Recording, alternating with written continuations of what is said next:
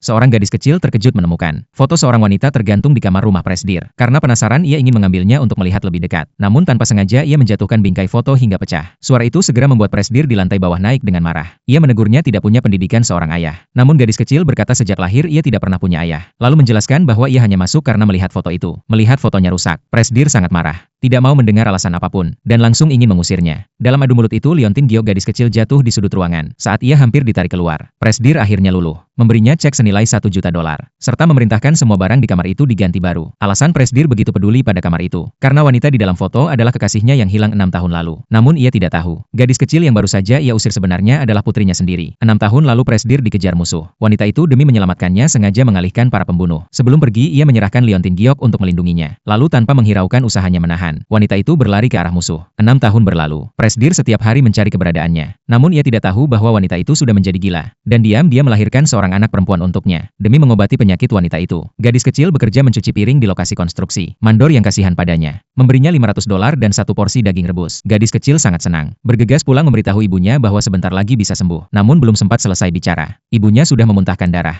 Mereka segera dibawa ke rumah sakit. Barulah diketahui wanita itu menderita leukemia. Namun biaya operasi membutuhkan $1 juta.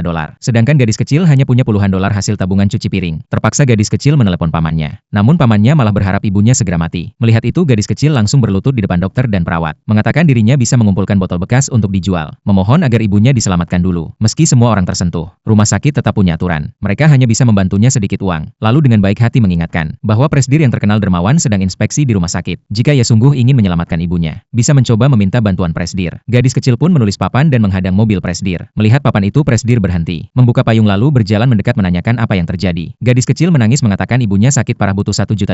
Lalu langsung berlutut memohon Presdir menyelamatkan ibunya. Saat itu Presdir merasa dari gadis kecil itu melihat bayangan kekasih lamanya. Akhirnya ia tergerak, membawa gadis kecil ke rumahnya. Sesampainya di rumah, ia memerintahkan pelayan mengganti pakaian gadis itu. Lalu menyuruh asistennya menyiapkan cek $1 juta.